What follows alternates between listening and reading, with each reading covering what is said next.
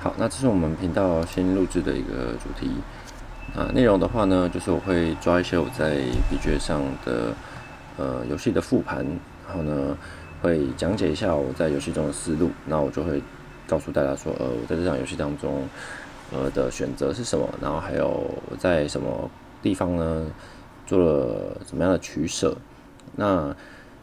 游戏的话呢，会以我在 BJ 上比较常会去进行的游戏，那主要会是农家乐，那也会穿插一些大创造时代，还有拼布艺术或者是其他的游戏这样子。好，那因为我没有什么时间可以去在 BJ 上面玩即时制的游戏，所以这些游戏的复盘都会是回合制的，那也就是里面可能会有一些游戏的内容，它是半个月前或者1个月前的内容了，所以我不一定会记得那么清楚。好，那我就会以我当下的状况来去做解说，那也许会跟实际状况有一点点的出入哦。好，那我们就来看一下这场农家乐的游戏的复盘吧。好，那首先呢，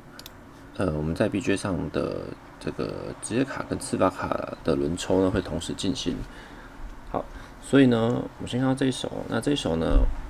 我的习惯是我会先去看一下职业卡有哪一些，然后先去做一个挑选。那刺发卡就是顺便一起看一下。那首先我们先看下职业卡里面比较优先次序比较高的职业卡，像是私人教师、大野狼，还有狩猎大师。好，那这几张牌都是在 BJ 上面算蛮好的职业卡，它给的就是前期的失误。好，那还有一些节省动作、额外的资源的，或是比较容易抽到 combo 的效果。那这一手呢，正常来扣的话，我可能会选择去扣私人教师，因为 BJ 上面的职业的大家的对职业的需求会蛮高的，所以会比较会想要去占用职业格这个格子。所以如果你的前期的打出的职业是私人教师的话，你在第一季会比较容易打到职业卡。好，那我的顺位是2加嘛，也就是如果我想要打职业，在第一回我是一定打得到的。好，不过我们看一下刺发，因为刺发这边有镰刀，有谷仓式棚屋。好，所以呢，我觉得这个获得麦的手段有点多。那所以这里呢，我后来是选择拿了大野狼，好，然后搭配镰刀。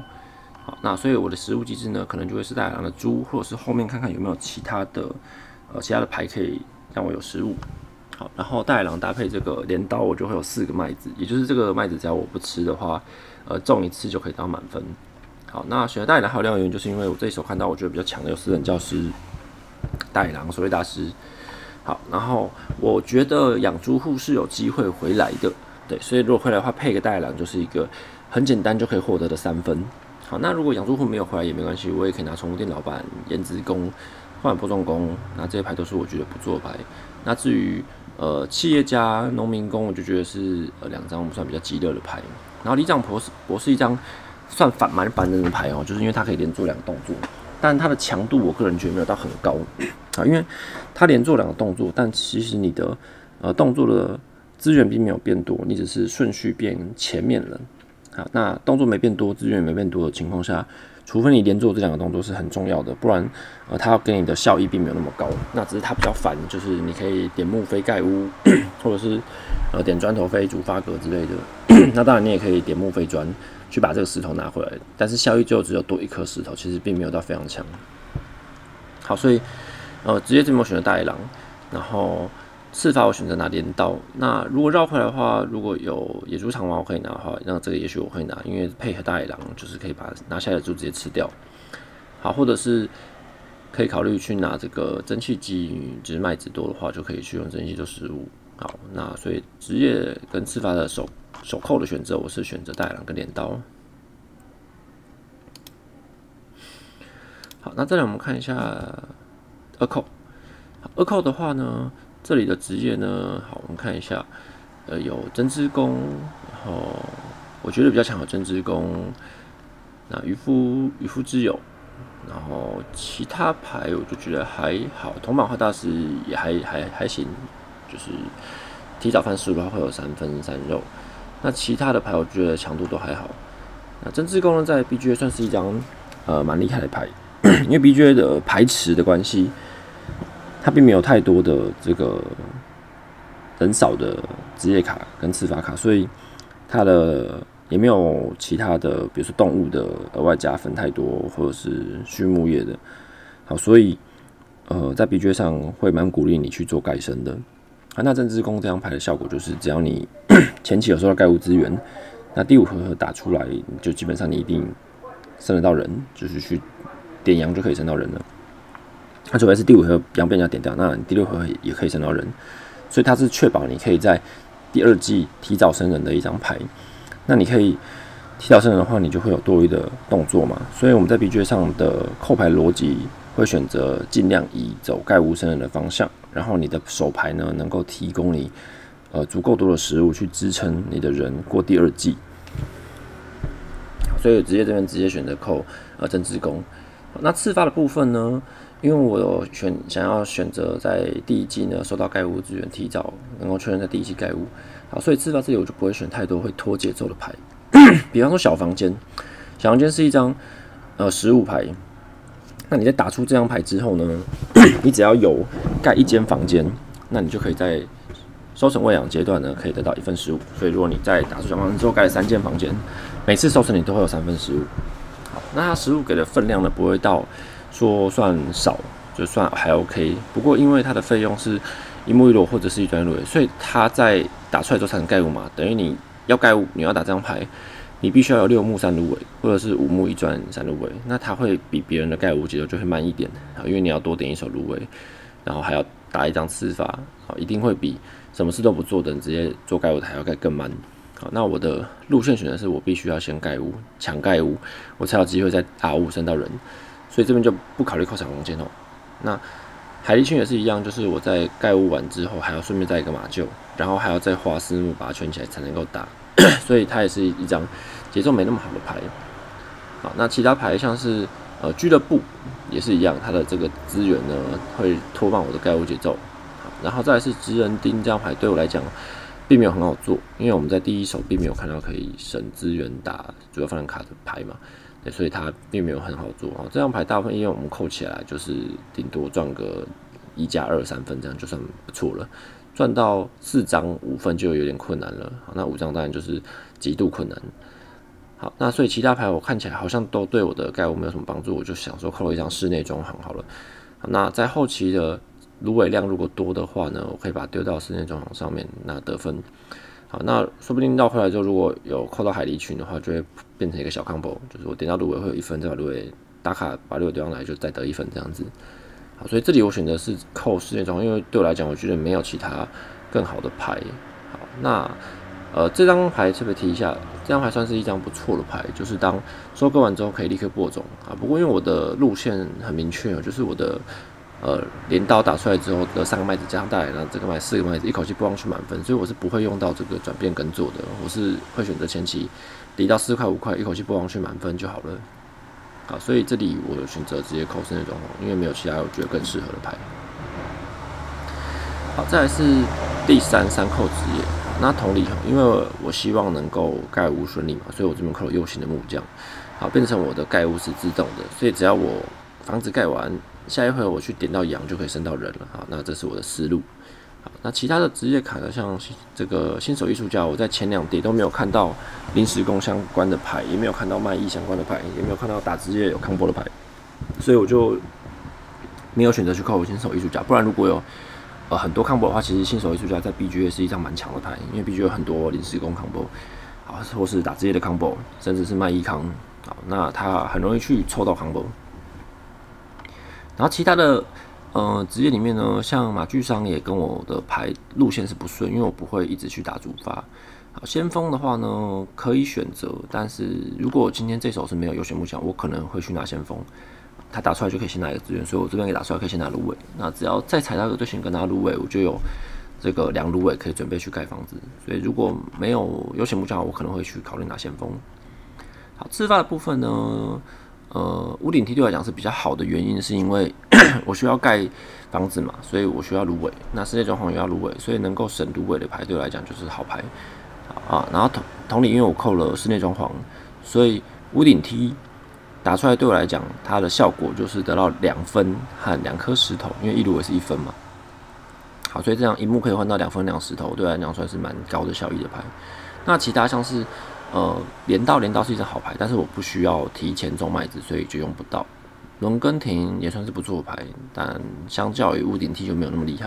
所以其他牌的强度都没有屋顶梯那么高的话，我就会选择直接扣屋顶梯。再我们看一下4扣。好，那4扣职业呢？好，这边的话，不选择扣秋天母亲哦，因为已经有增值宫了，而且它还有在顾忌，还要付15%。然后这个产土搬运的话，我也不选择，因为我在前期的话会选择收盖物资源，不会去点砖头。好，然后乳品叫卖源可能是可以选择的选项，因为打出来可以拿到就是牛跟羊嘛，所以我在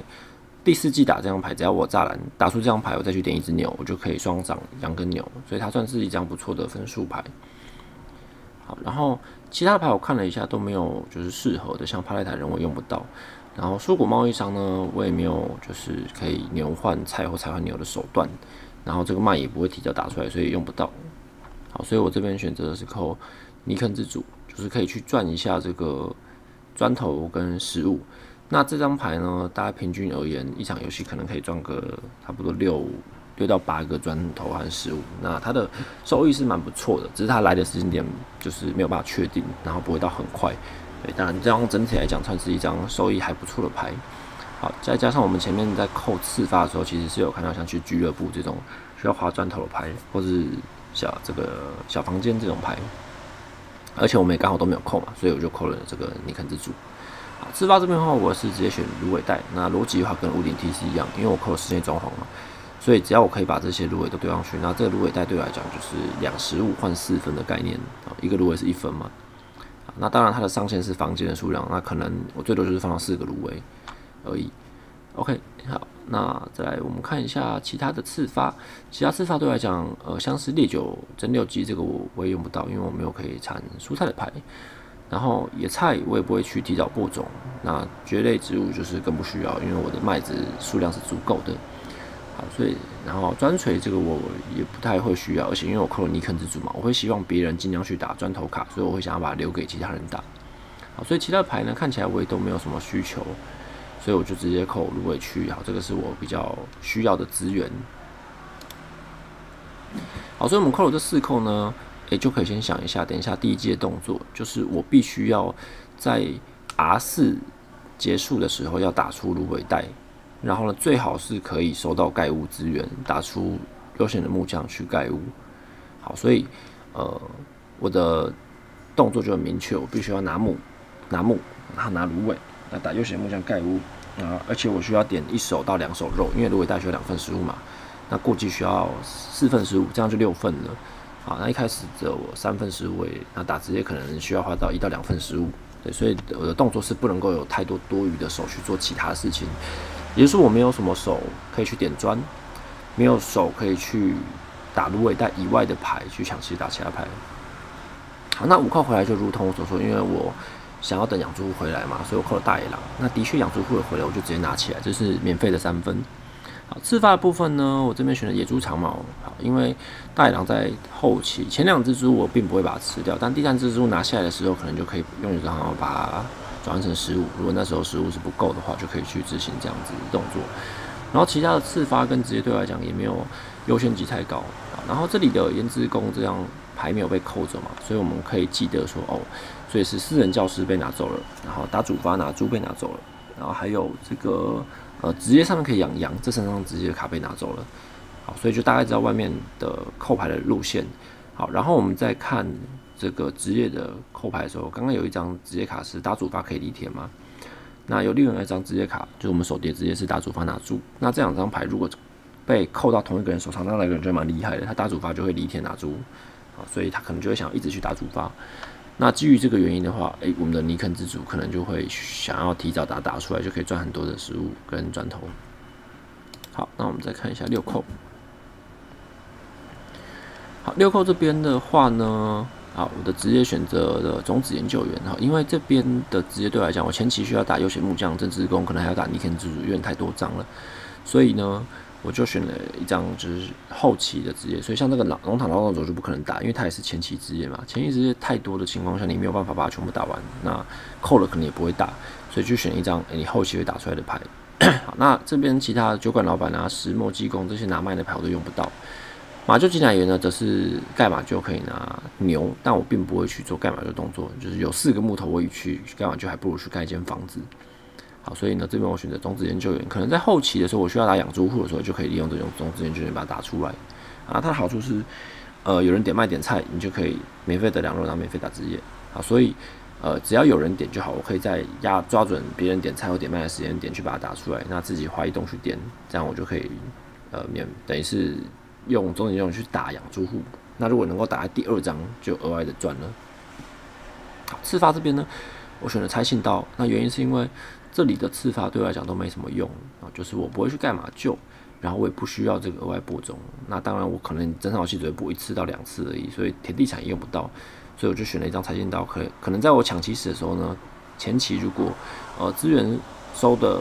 不顺，就是收了比较多木，但没有打到职业格的话，我可能会用拆信刀去打这个尼肯自主政治工业学院这3张其中1张。好了，那他用抢起始的方式打出来。在最后一个是七扣这边的话，我选择一开始选扣镰刀，但我想了一下，就是因为我并不会种太多刺，所以后来我应该是扣了连耕田。好，然后呢，在职业的部分，因为前期职业多嘛，那我就不会再扣前期职业，所以新手艺术家不会扣。那工人大师可能也不会去执行，就是我在第2季之前是没有空打它的，所以这边可能扣牲畜采购商，利用种子研究员去把它跳出来，然后去赚可能1只牛，或者1只牛、1只猪、1只牛、1只羊之类的，或者甚至是2只牛这样子。好，就是用种子研究员的效果，在中后期把它打出来。好，所以这边我们应该是扣轮耕田跟的牲畜采购商。好，那边我们这边我们的职业的这个选择就选完了。那接下来看一下实际上游戏的情况的派子的顺序是怎么样。首先打了烧炭工，那这里呢，因为我的目标是我要收到盖物资源，然后要打出这个悠闲的木匠，然后打出尼肯之主。那自治工可以在R5的时候打，因为我预计要打3张职业，加上我可能还想打芦苇带，这边需要花4到5分15，所以我不太想要打这个遗漏职业格，所以我这边选择呢，先去拿取这个 ISF， 好，因为这样我们有朝我们盖物的路上前进嘛，然后又有拿到我最需要的食物。好，所以基本上我可能会先选择拿到盖物资源再去打职业，或是有灵肉职业的时候我才去打。而且我们记得这个私人教师不见了，私人教师是点麦打职业，所以我会想要让私人教师先打出来。那这样子之后呢，有人去点麦打职业的时候，职业格就会比较松了。好，那在这边因为2幕被点走了嘛，那我不想要去点这个盖物以外的资源，所以我这里选择直接抢起始，然后打出芦苇区。好，那我们前面说过，我们动作是蛮紧的，一动要打芦苇区，然后呢会有2到3动需要打职业，剩下动作都要收盖物资源，所以是没有空去点2砖的。而且呢，主发格没有开，羊没有开，再加上紫色这边打了一张钓鱼可以打主发的，所以呢，我们就算点2砖，可能也打不到炉。好，所以这边就不选择去做点2砖那个动作。好，所以只是点2砖，所以他的确是看起来想要打炉的。OK， 那这边羊开了，但主发格没开嘛，所以如果刚刚去点了2砖，那的确我是打不到炉的，因为并没有主发格。好，那这里呢，我选择开尼肯之主的原因是因为我刚刚看到紫色呢打了垂钓者钓鱼打主发，然后他要去点2砖，所以我判断他在这一回一定会去压钓鱼，然后开主发。那我不想要钓这个1砖1肉，所以我就选择先打一个0肉职业。好，那对我来讲呢，我这边打完之后回来，我会有哪些好格？就是我想要点的有3木、ISF、2芦苇跟职业，所以我先开一张0肉职业，等一下回来不管这4格是哪一格，我都可以去执行。好，所以我的顺序选择先打0肉职业。好，那再来看一下，好，那的确是这个职业格被压住嘛，所以我第2手就会去点2芦苇。好，那红色呢这边呢再打了一张点砖会有15的牌。好，那他前面打3攻，第2张打点砖有15，所以他可能的食物来源就是要有点砖去拿取食物，然后呢点到砖后就开路就可以拿到1木1肉。那节奏上可能会稍微慢一点哈，因为他的2手已经没有再收盖物资源，然后再去点砖也不会是盖物资源。然后呢，蓝色这边的话是其实打个马厩，那看起来是可能没有他想要的格子，要选其实打马厩。好，但我是蓝色的话，我可能不会去想要打这个马厩，可能会想要继续去拿木头或是犁田。那不确定它的路线是什么，所以我们先继续看一下。他只是这边钓鱼的，所以好，他应该会去打主法。他打了一张砖锤，好，因为他想先打砖锤，那之后打炉的时候呢，就可以去拿到石头。好，那也还 OK， 好，这实物上也还 OK。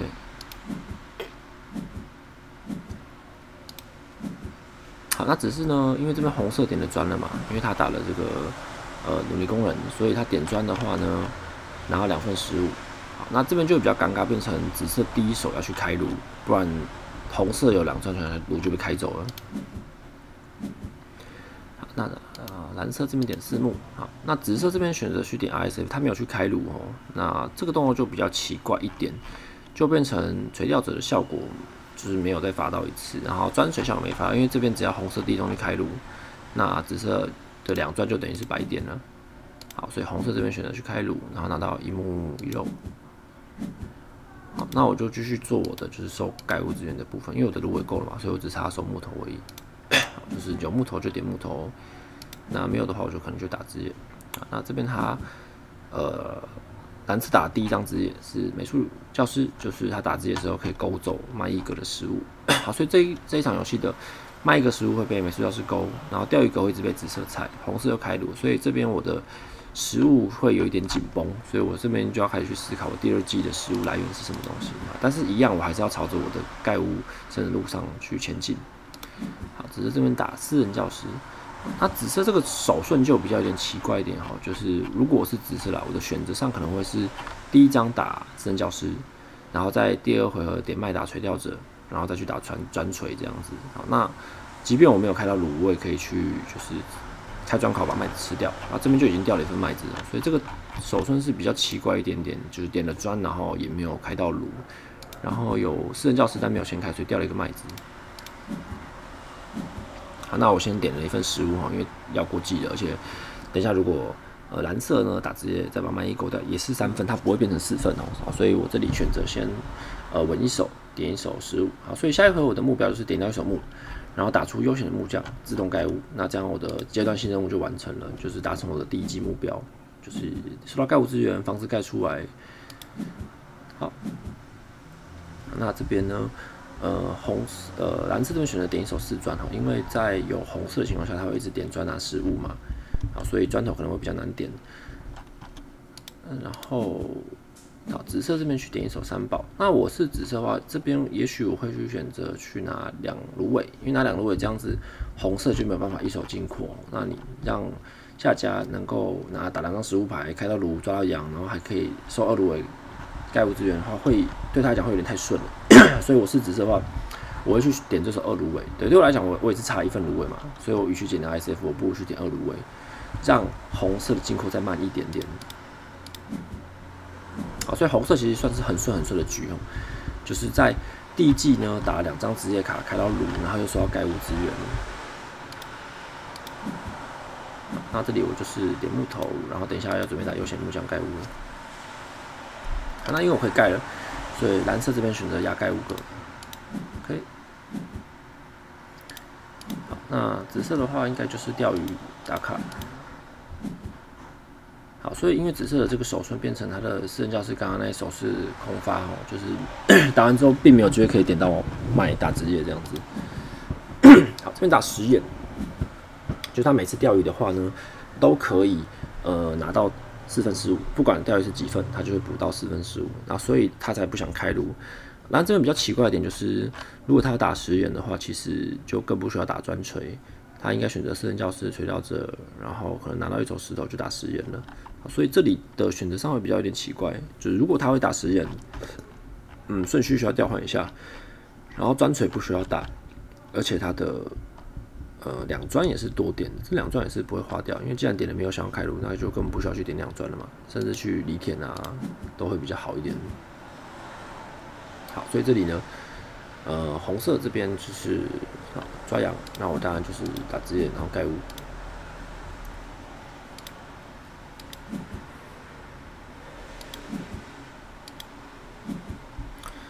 好，那这边呢，会有一些人可能会觉得说，我有盖物资源，那在红色不知道我有优先怒这样的情况下，他为什么不抢起始去盖物吼？那其实红色这边抓羊是正确的选择哦，因为红色如果去抢起始盖物，R5如果没有开生人的话，那还是有可能紫色会继续起始下去。那其实讲错，蓝色会继续起始下去，因为蓝色已经盖物了嘛。好，那紫色呢，其实只差一手木头盖物。如果在蓝色 R5 起始没开生人 ，R6 呢在起始又没开生人的情况下呢，其实紫色是可以从中间这边有机会踩到盖物格了。那红色这一手抢起始盖物的动作就会变成虚动，所以呢，在未知的情况下，他也不确定，就是我会不会抢起始盖物。对我来讲，我的理由也一样嘛。如果我是绿色抢起始盖物，结果等一下没开生人。蓝色可能还是会第一手抢起始，那我还是不会二升，我还是会被绕到后面去。所以，与其这么做的话呢，那还不如是顺顺的做自己的事情，然后看生人格有没有开，再决定要不要去盖物会比较好。好，那因为我这边是打优选木匠嘛，所以我并不会去卡到盖物格。那当然，红色这边也就没这个问题了。那第一季的话呢，我就达成我的阶段性目标，就是我打出了我想要打的泥坑之主，然后优选木匠，然后芦苇带，而且房子也盖了。所以呢，我只要在 R5的时候呢打出针织工，然后点羊生人，那目标就完成了。而且因为红色它刚刚把羊点掉嘛，所以一只羊基本上应该不会有人去动它。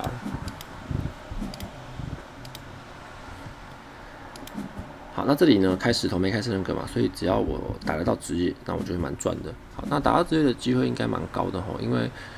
紫色这边它是私人教师嘛，它应该不会压职业格。好，那蓝色选择呢？看到四木再收一手四木。好，那这边蓝色要考虑一下哦，就是因为它等一下很高就会手伸嘛，然后没开真人格，所以如果红色这边压盖物，蓝色就抢起始，那它可能会有一个食物不够的问题，所以蓝色在这个时间点呢要去思考一下说，那它食物要怎么来哦？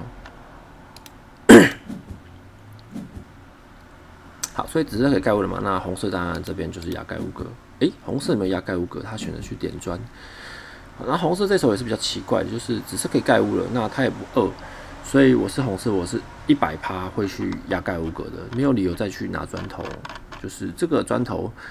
这边是25嘛，等一下还是会有41啊，或者是46的砖头，所以并不急着拿这个砖，而且它身上的食物也是超量的，就过完季身上还有6份食物嘛，所以这个砖头其实的选择是不太好的，我会选择直接去压盖物格。那我当然就是打职业针织工，那第二手点羊。好，那我们看一下，好，因为呢这2家都没有盖物嘛，所以造成呢，其实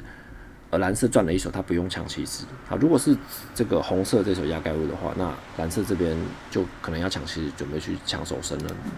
好，那打了狩猎大师，所以等一下他的食物来源就是开壁炉，然后去拿猪。好，那这里也是风险比较高的，就是如果他刚刚点4木。红色呢去盖屋的话，他这边可能需要抢起始，那这个职业卡就打不出来了嘛。那当然后面的打主方拿猪可能也拿不出来了，所以我是蓝色后这一手并不会点4木，我第一动就会直接去打这个打主打会拿猪这样拍。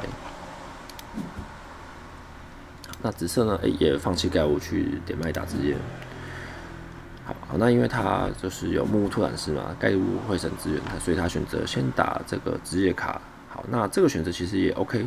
啊，因为现在就算他抢盖屋，那也不会是手伸，对，所以就是与其这样做，不如把自己的节奏做好。好，所以红色呢选择去盖屋，那我就是点羊。好，所以像红色这边，如果他第一手是盖屋的话，蓝色那边可能就没有办法这么顺，就是去打一张职业卡，然后躺着不需要抢起始。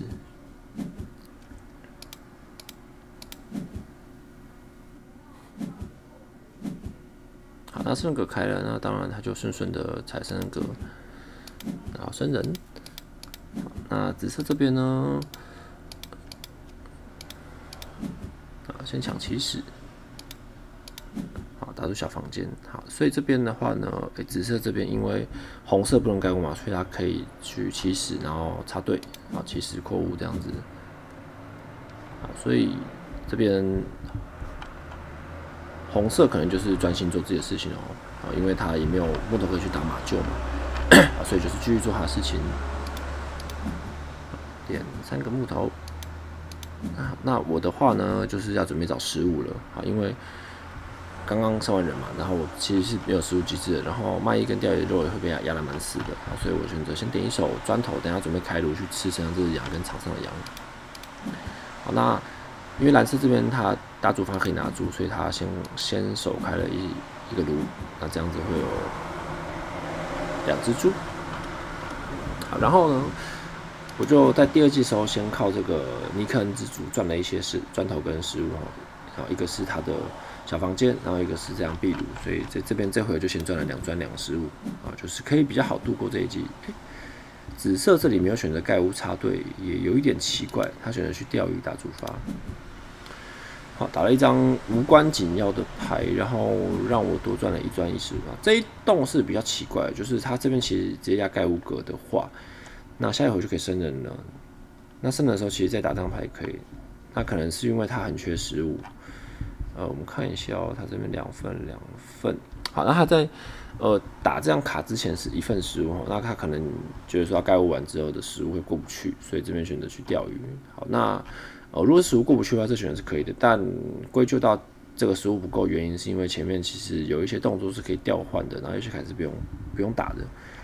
对，所以这里的话，因为食物不足，所以只好去钓鱼。那红色当然就蛮舒服的，因为他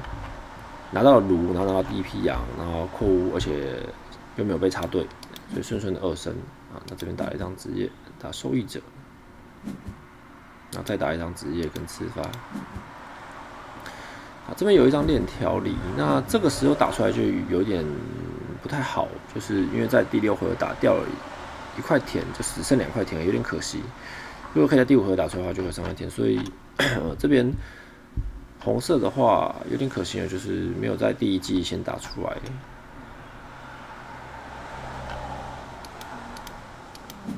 再来是宠物电脑版就是直接可以驻羊。那这样等一下有2只羊抓起来的话，它就可以有4只羊。那当然它现在2只就可以长了，所以这样职业选择上次也还 OK。好，那对我来讲，我就是继续去收盖屋资源，然后继续想办法盖屋，然后生人。好，那我的路线就蛮明确的。好，所以我点木，然后就再盖一间。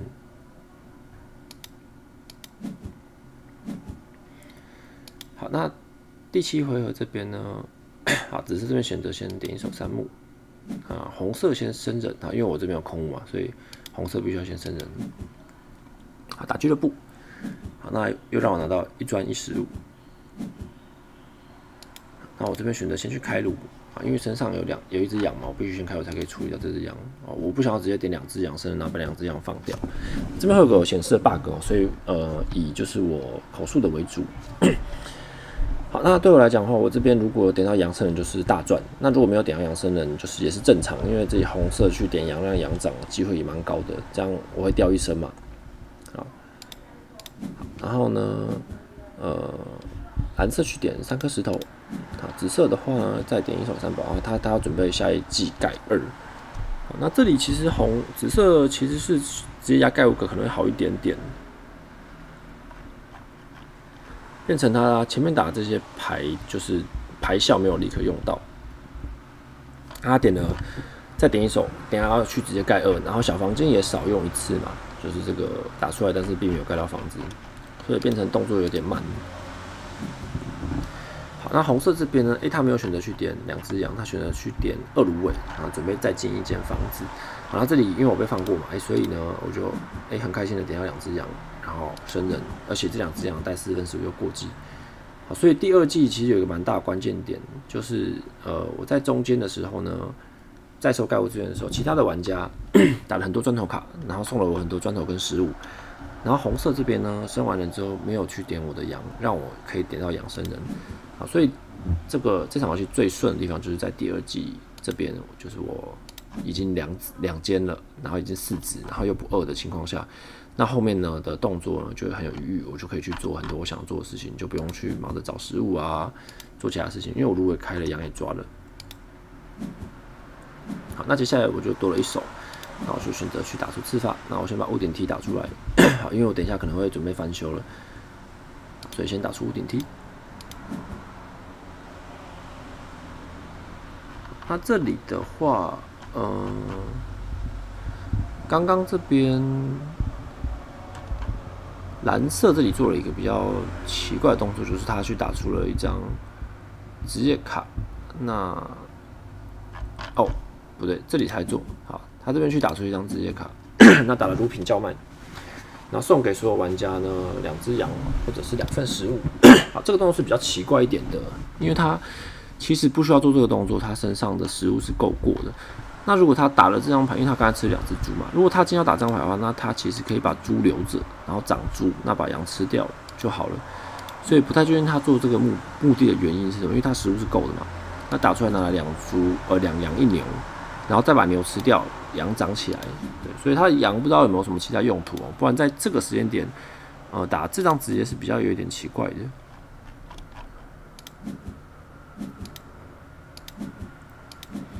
好，那他因为他盖2个马厩嘛，那为了长牛就把这个羊吃掉。那2个马厩的位置也有点怪，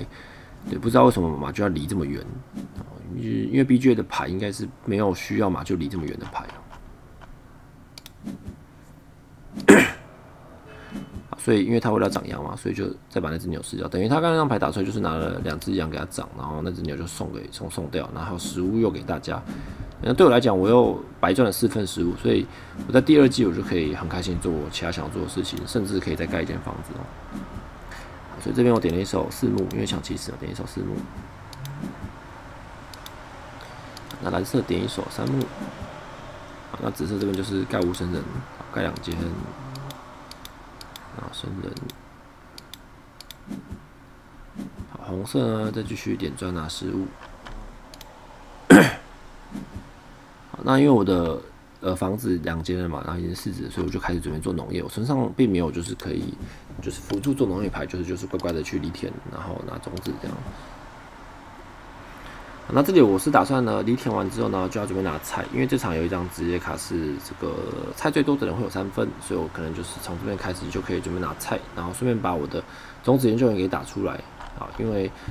可能会有去点卖，如果没有人点卖，我就自己去点卖这样子。好，那蓝色这边打井拿猪，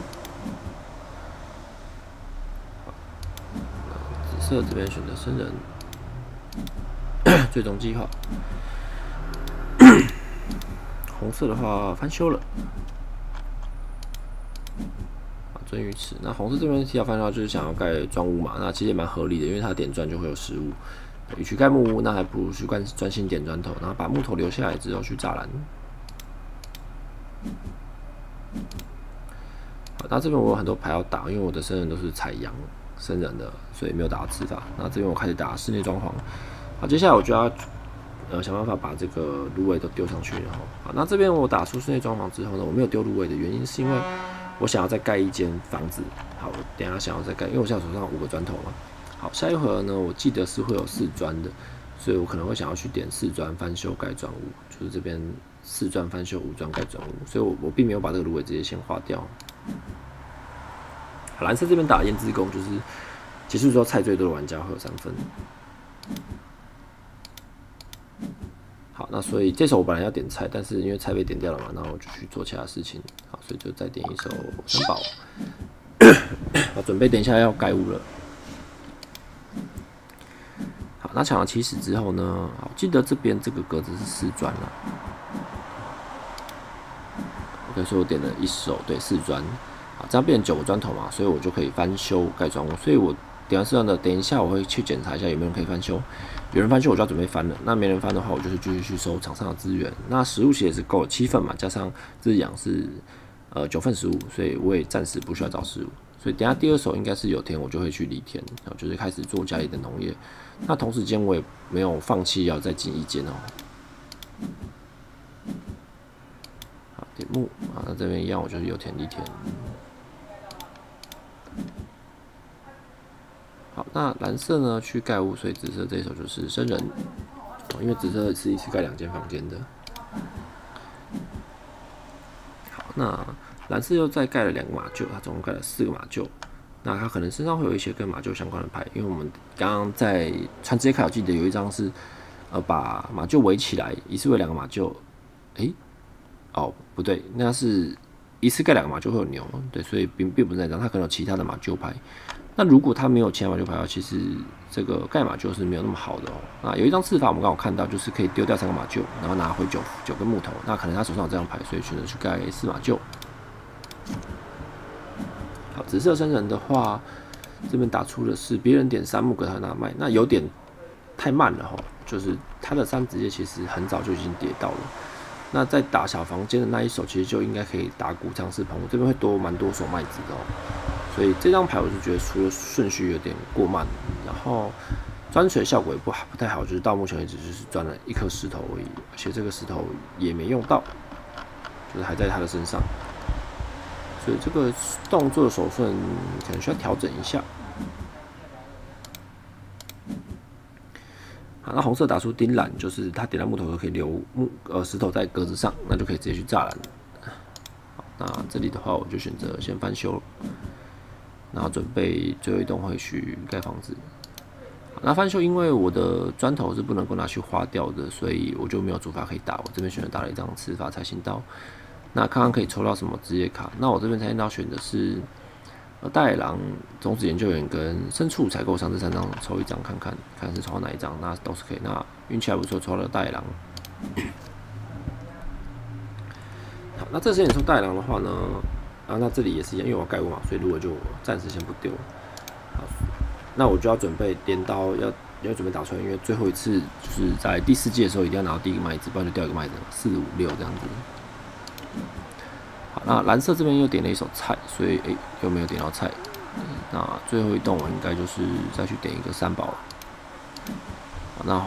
后面的芦苇对我来讲就是都是1分。好，那我点一手木。好，因为没其他事情做，我可能不想点3宝，想说这个木头比较缺一点，因为等一下要围栅栏的嘛。那我现在手上只有3根木头，大家都是0、2、6，木头有点少。好，所以这边我选择去点一手木。那再盖了这个砖屋。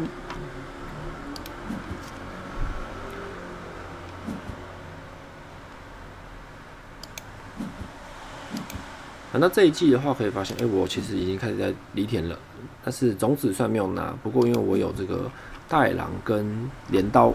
所以我只要最后呢一口气把3个麦都种上去，我麦子就会满分。然后我只要点2次菜，也是种上去，菜就会满分。所以我最需要的其实是田，我需要5块田，然后点2次菜，那我的种子就会是满分。那我的食物来源就是吃场上的动物，因为我有壁炉，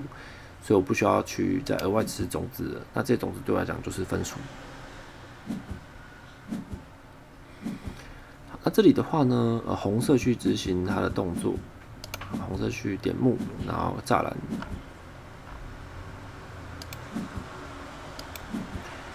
然后呢，我这边有2个选择，一个是选择点阳生人，一个是选择直接踩生人格。可是因为我有刺法要打，我有这个镰刀要打，所以我想说直接去压生人格好了，而且这样子顺便可以压制一下下架哈，就是蓝色它也是有空屋的嘛，所以我选择这边去踩生人格打卡。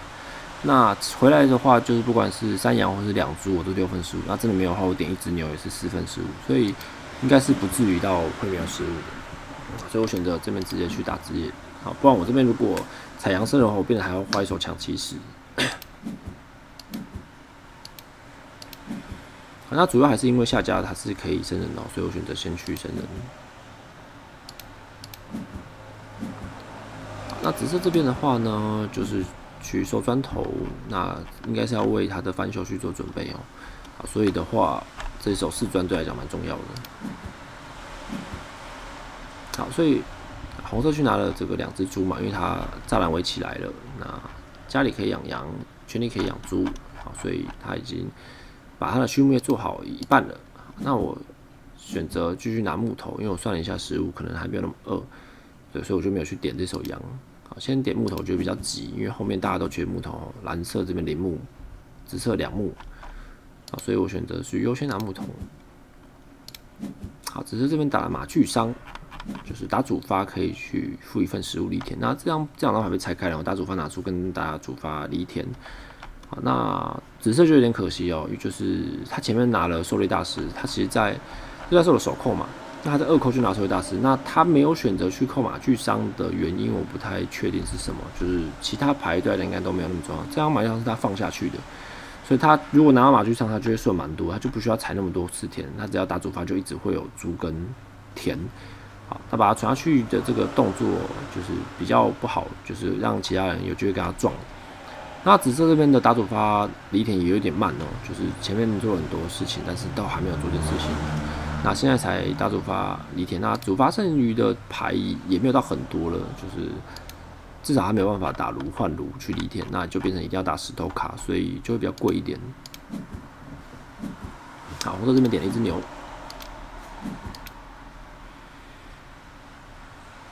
好，那我看木头被点完，没什么东西点，所以我就选择去拿羊，拿了15/4。好，那接下来这边，蓝色，啊，再点一个菜，因为它有它有这个菜最多嘛，然后3块田，所以他要去点了1次菜，等一下种个菜变4个，菜就满分了。好，紫色钓鱼，那这边应该是打主发，好，打了一个陶艺工坊。然后犁1块田，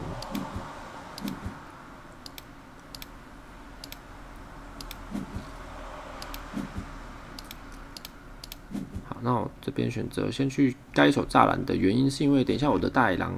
接到麦子会进一只猪，那我点木会再有猪嘛，所以我选择去盖栅栏，我想要让猪养起来，因为这样子才有机会去做到这5猪3分，不然这个猪我又吃掉又长不出来了，所以我选择先去盖一手栅栏。那紫色这边长手其实打马厩啊，应该是要收这个盖物，收那个打主发的资源哦。好，所以第一栋应该是3木1石头，就是既可以打主发，然后又收到这个现在场上最缺的木头。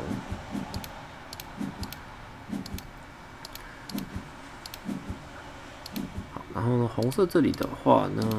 选择去犁田啊，因为红色这是他第1块田，虽然后面有2块，但是还没有犁过田。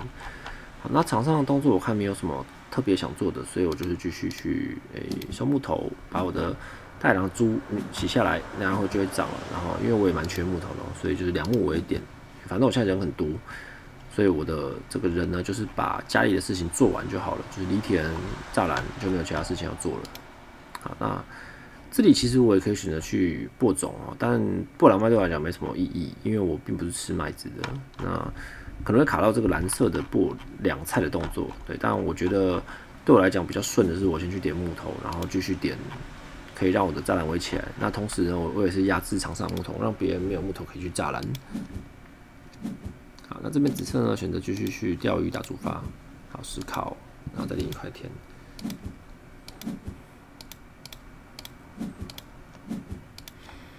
好，那这边的这个打主发，打石烤呢，因为我的泥坑自主拿到砖头，所以大野狼就顺利的把3只猪都洗下来了。也就是我还没打到野猪长毛，其实猪就拿下来了。所以可能短时间之内我就不会去打野猪长毛了。反正这个猪我用壁炉一定是吃得掉，一样就不需要这野猪长毛的效果了。好，再来红色呢，这边抢其实去准备等 R12的回合隔开。那红色这里目前的话就是3子，然后田的话，1块田，后面还有2块嘛，所以它的犁播跟生人对大家来讲效益都是蛮高的。那马厩，好，那红色其实手上是有马厩的嘛，所以刚刚这边炸8根是不太好的因为炸8根的话，这样子马厩放进来的话没有办法3长，所以我是红色的话，在紫色传给我马厩那时候，其实我还没有栅栏，那我去栅栏后，我就会选择去炸7根。好，变成2圈地。那到时候把马厩放进来的话呢，就有机会可以3长。像它这边就算点了1头牛，它也是不能长的。所以这边的栅栏形状就没有想好，就去炸了一个8根的1圈地。好，那基本上我们如果可以选择的话，我们7根2圈地加马厩，这样会比较好一点。那当然如果没有马厩的话，就没有差别了，因为一样没办法3长。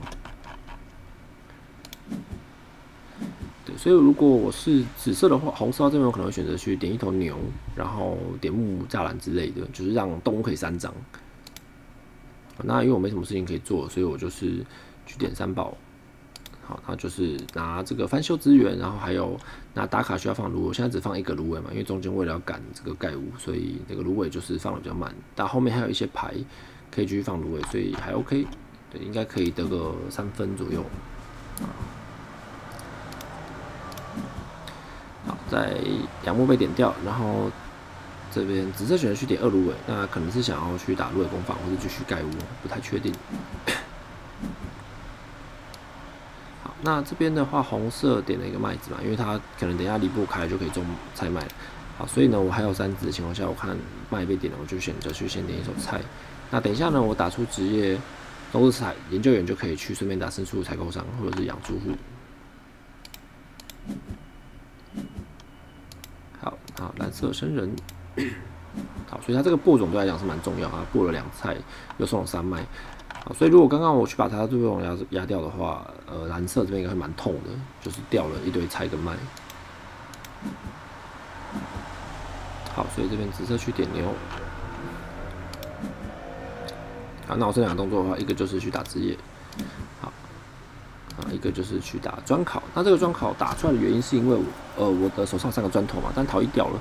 砖头对来讲已经没有用，我也没有可能想要再考虑再盖一间房子，对，因为这样子翻上去也蛮难的，所以我选择打砖考，然后把一个麦子烤掉。好，刚好还缺一点食物嘛，8分食物，好，所以把一个麦子烤掉。那后面还会再掉2个麦子进来。那这样子的话，播上去还是一样是满分，所以我有麦子是多的。好，顺便去赚一下室内装潢的分数。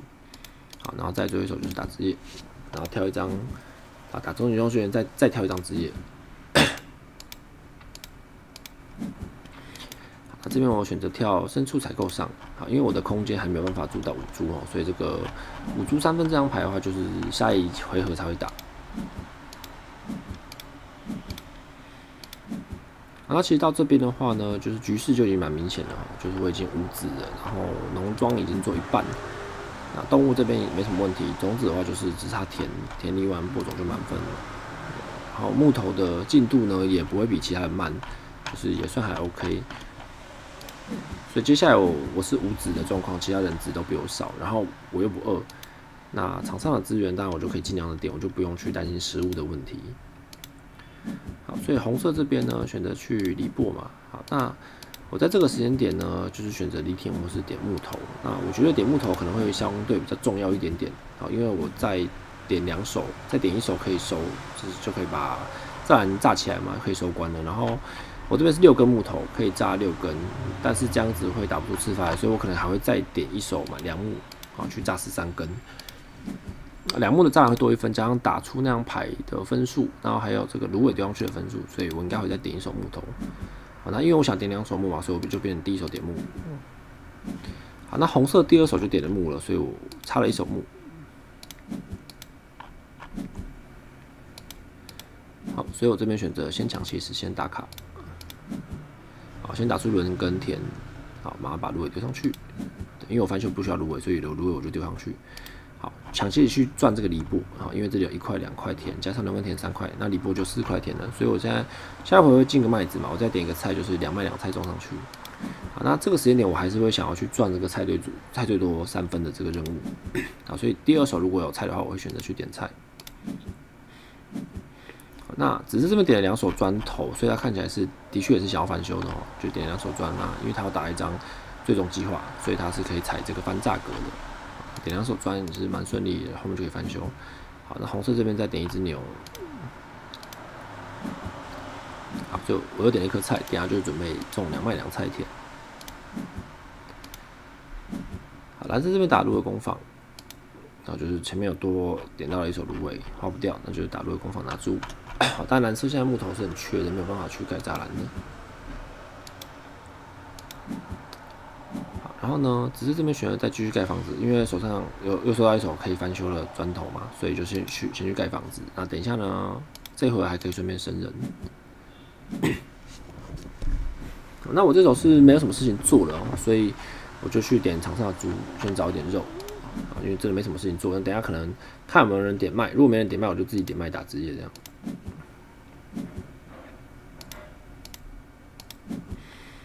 好，那我身上是3颗石头嘛，所以我要翻修好需要5颗石头。那我会比较想要点2次3宝，而不是1次2石头，因为这个室内装潢才丢3个芦苇，我还可以再丢2个芦苇上来，所以我会想要丢点到2次3宝。那当然如果后面点不到，我就是1手2石头点了就翻上去了。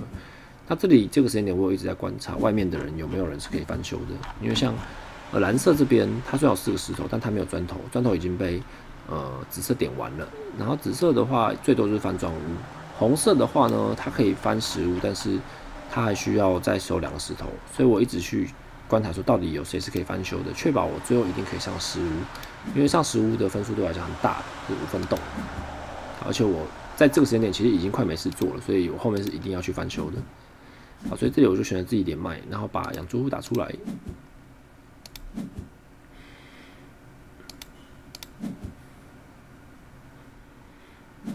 好，所以呢，第13回合的话呢，就顺顺的踩了离波。那离波踩完呢，可能会再收一手木头，然后准备要去栅栏了。那如果这边只要有人可以栅栏，我可能就会选择提早栅栏。好，打蓝色去失身，然后呢，紫色呢这边去犁田。那红色的话，它是继续在收木头，那所以没有人可以栅栏嘛，因为红色的话，它要栅栏，它就是丢石头上去栅就好了。对，所以我选择再收一手木头，再去栅栏。那刚好我翻修嘛，还缺2颗石头，这边有1颗，所以我只要再点一次3宝就可以翻修了。那这边呢，木头被收完了，而且蓝色已经可以栅了，所以这手我就会去栅了。栅完之后呢，去点一手羊，羊就会长了。那当然这个长势也没有那么重要哦。好，就当可能后面没事做，就会选择去点羊。好，所以我这边炸7根，留了1个木头在手上。这个木头呢，可以打野猪长矛，也可以打马厩。那反正打出来再丢1个芦苇的话，就是室内装潢的1分这样。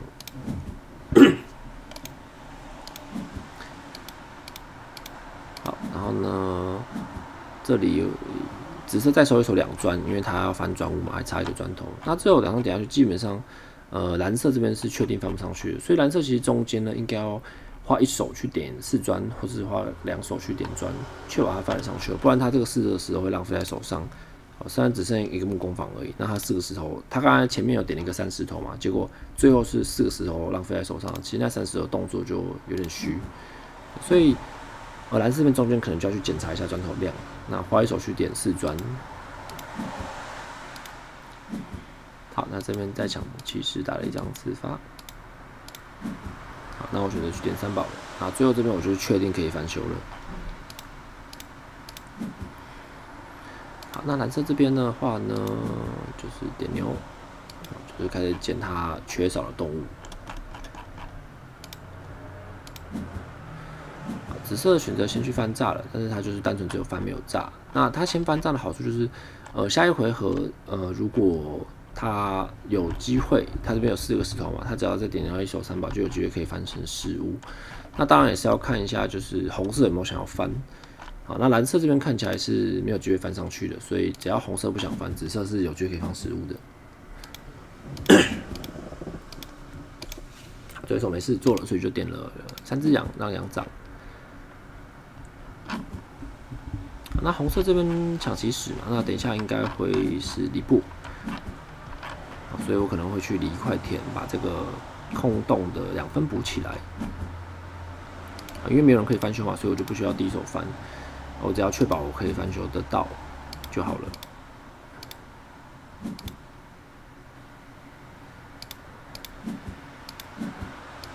好，那基本上到这边就是胜负还蛮明显的，就是确定是一定会赢的。那就是还是一样把尽量把动作都做得漂亮一点。我们就是能打高分尽量打高分。好，红色去犁布，那我选择去犁1块田，因为大家其实还是有缺田的，每个人的田都是没有到5块的。好，所以我选择先去犁1块田。然后这里其实我一直在观察，就是这个蓝色的蔬菜量，它有4份嘛，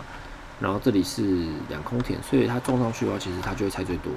那但我选择先去犁田，如果它没有去种的话，回头我可能会去种这个菜，去抢这个菜最多的3分。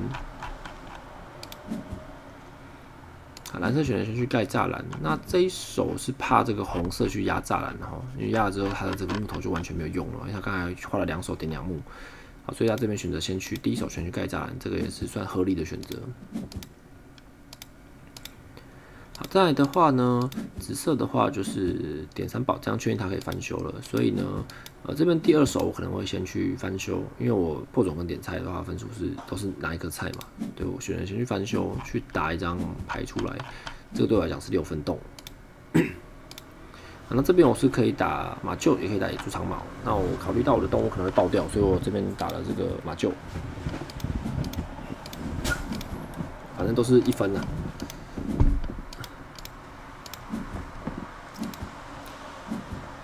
然后蓝色又点了一手木头，这一手是比较奇怪的，就是不太确定他点木头的用意是什么，可能是想要打木工坊。但如果他想打木工，其实第一手就不需要栅栏了。好，所以紫色这边先选择翻修，没有先去点木头翻栅。哦，因为这个红色刚刚点了石头，对，所以直接先翻修。好，那红色这边有预言家嘛，打了之后，犯失误。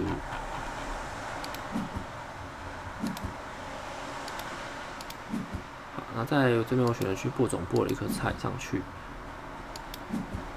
好，然后烤了个麦子。那烤麦子的原因呢，是因为呢，等一下我这个轮种田会掉下来，那麦子可以再重新播回去，所以这个麦子是多的，我可以把它烤掉，换成食物。好，打木工坊。那蓝色这个手就有一点脱手了，就是栅栏点木打木工。其实它其实可以选择点木打木工就好了，就可以省掉栅栏这一手，因为分数没有差太多，就是差在这个猪长出来的分数，然后圈地分数一点点，就是有差，但是其实没有差太多。与其去赚这个分数，他可能第一手去播种都会比较好一点，就确保他这个菜最多的3分没有被我抢走。哦，紫色这边打建筑大师，所以他食物蛮多分的。这个翻上去的话，建筑大师又再多一件食物。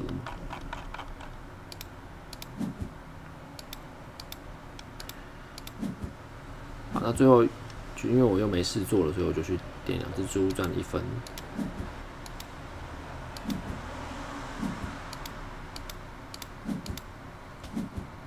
好，然后就是紫色打绿化计划，这边4块空田可以得到2分。那计划是一张蛮不错的牌，它的效果是离到6块田会有5分嘛，也就是如果我可以离到6块田的话，6块田本身的话效益是11分，啊，因为5块田是10分嘛，每1块田是2分，所以5块田是10分。那离到6块田是11分，再加上这张牌是16分，等于说我花了7个动作可以得到16分，那它的分数效益还是蛮高的。然后打出来的费用是3分15，稍微贵了一点点，对，不过这个在第14回再打就可以了。然后它是未播种田，所以你需要算一下，就是在什么时候播种，它才会是空田。所以它有一点像次发版的花园设计师，那当然没有那么强，因为上限没那么高嘛。但它的分数比其实是比花园设计师还要好的，就是你用3分15换5分的概念的感觉。好，那最后真的没事做，就点1只羊得1分。好，只是这边选择点一个菜，这样他菜会跟我平手，一样菜就做3分。好，所以这场其实关键会是在第2季的部分，因为第2季首先我在第1季有专心做好我的计划，就是有收到盖物资源盖的房子，然后呢食物也是充足的，然后在第2季的时候呢，也有在R5的时候呢打出点阳生人，那也有顺利点到养生人。然后在第6回合、第7回合的时候，有很多人打砖头卡，送了我很多的砖头跟食物，让我在第7回的时候呢，也可以开到炉，并且开炉之后呢，红色没有去点那2只羊，让我点到2只羊生到人。好，所以这个第2季的顺的生完人的后面雪球滚起来之后呢，我的计划就会很顺，不需要去为食物烦恼，就可以做任何我想做的事情，甚至我可以再翻到砖屋，再盖一间房子，然后迅速的到达5人，然后就用这个动作呢去碾压其他人。好，因为动作就比别人多很多嘛，所以我就是用我的指力去把我的家里的农庄做完。所以其实大家可以看到我的这个发展卡的分数呢，主要发展卡就是这个专考秘鲁这2张，然后世界装4分。好，那旁边的分数就是养猪3分，就是到算正常的边分啊，10分的边分。对，但我的家里其实就已经50分了，就我家里做的非常满。对，所以其实很多人会觉得说，要把分数打高，是不是我的旁边就一打卡打很多卡就分数高？其实你把家里做满，分数就会高了。好，农庄是还蛮重要的。好，所以最后呢，这场结束之后的分数是61分。好，那这场比赛的复盘讲解就到这边。那之后还会再播其他的游戏的复盘，或者是其他场一样是农家的游戏的复盘。那我们在之后呢会再上其他的影片。好，感谢大家。